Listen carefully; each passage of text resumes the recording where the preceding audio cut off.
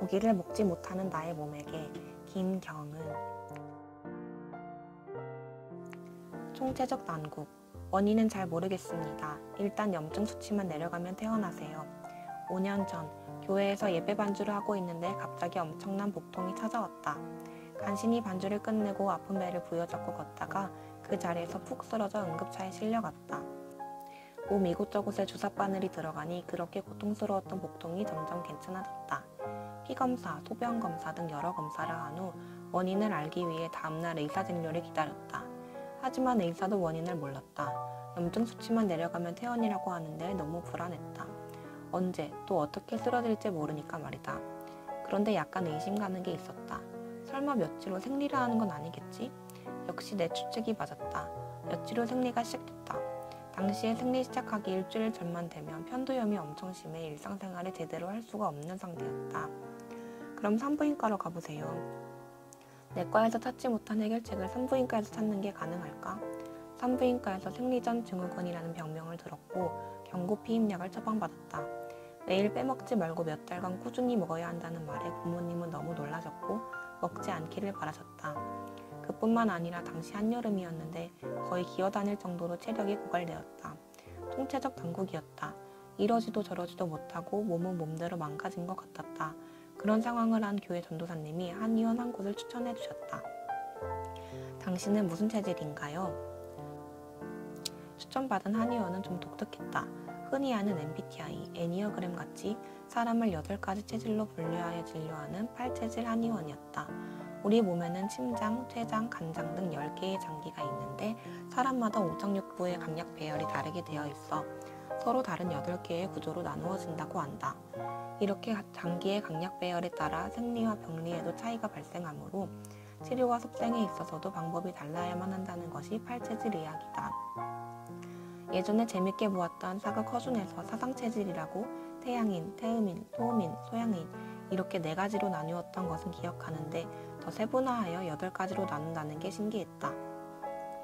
가자마자 바로 체질을 판별받을 수는 없었고 3번 정도 간 후에 내 체질을 감별받았는데 바로 금음 체질이었다.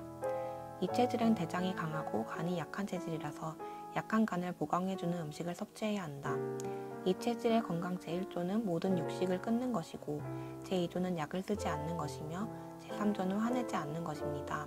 혹 근육무력증이 있을 때는 더욱 주의하고 항상 온수육보다 냉수육을 즐겨야 합니다.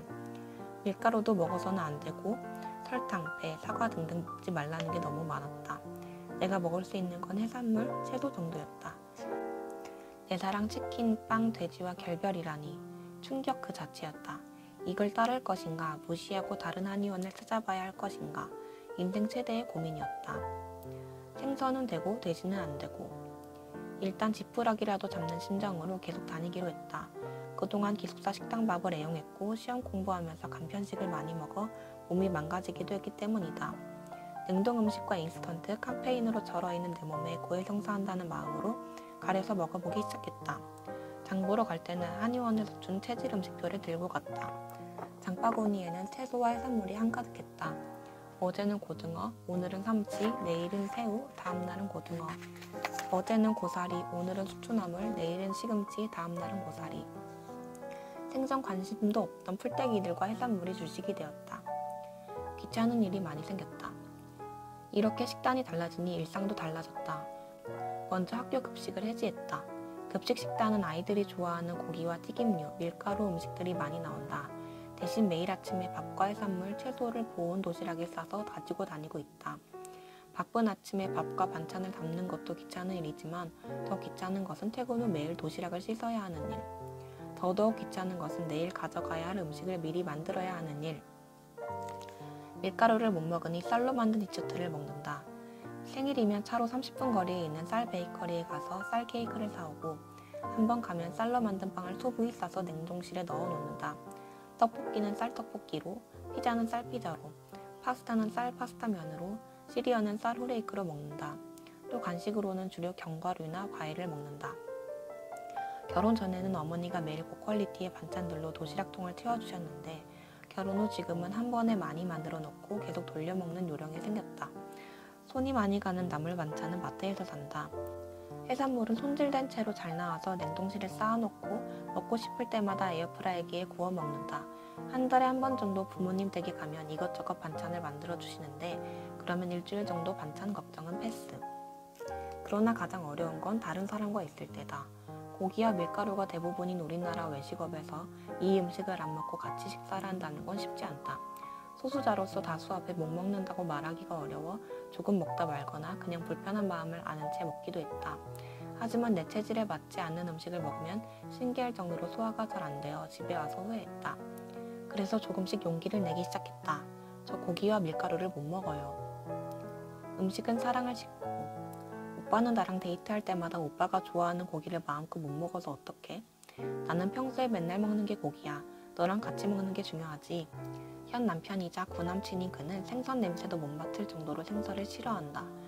그래서 우리는 매번 데이트 장소 근처에 고기와 해산물을 같이 파는 식당을 찾는 미션을 수행한다. 그러면 대체로 사케동과 가츠동을 파는 일식집이나 초밥집, 한식집, 해산물 리조또가 있는 이탈리안 레스토랑을 간다. 결혼한 후에도 우리 집 식탁은 반을 갈라놓은 것처럼 서로 먹고 싶은 것을 각자 해먹는다. 우리는 그렇게 각자의 취향을 존중하며 살아가고 사랑하고 있다. 몇 달 전 생일에는 엄청난 선물을 받았다. 밀가루로 만든 케이크를 못 먹는 나를 위해 교회 가족 모임 멤버들이 떡 케이크를 비밀리에 준비해서 축하해줬다.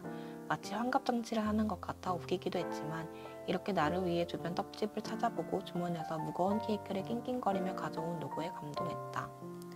신혼여행을 다녀온 후 처음으로 시댁에 인사를 간 날 생선을 못 먹는 오빠보다는 날 위해 맛있는 횟집에서 저녁을 사주신 시부모님의 안대, 생일이며 커피 대신 차, 빵 대신 과일을 보내주는 친구들의 선물, 회식 장소를 정할 때 내가 먹을 수 있는 음식들이 있는지 한 번 더 확인해주시는 동료 선생님들, 이외에도 집에 초대를 받아 놀러가면 나를 위해 일부러 연어 스테이크를 구워주고 샐러드 한 접시를 더 내어주고 스파게티와 함께 리조또까지 만들어주기도 하고 내가 먹을 수 있는 음식을 추가로 배달시켜주는 사람들이 있다.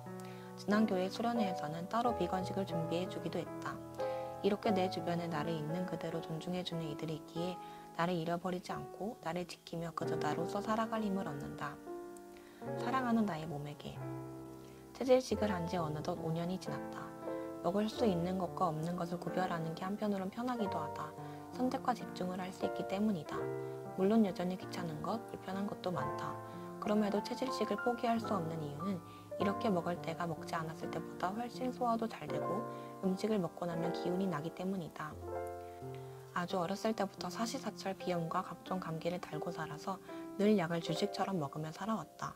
근본적으로 건강한 몸을 만들려고 하진 않고 병을 치료하기에만 급급했다. 약 기운에 늘 몸이 축 늘어져 있었다. 많은 약은 위장장애를 일으켜 또 다른 약을 불러왔다. 그러나 체질식을 하면서 약물 치료가 아니라 그동안 간과했던 내 몸의 이야기에 귀 기울이기 시작했다.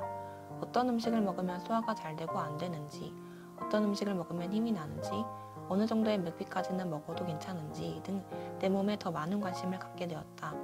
건강한 삶이라고 했을 때 운동으로 만들어지는 매끈한 몸만을 생각했는데 외면을 가꾸는 것보다 무엇을 먹는가가 가장 기본이라는 걸 경험했다. 이처럼 체질식은 내가 좀 더 나와 친해지도록 연결해 주었다.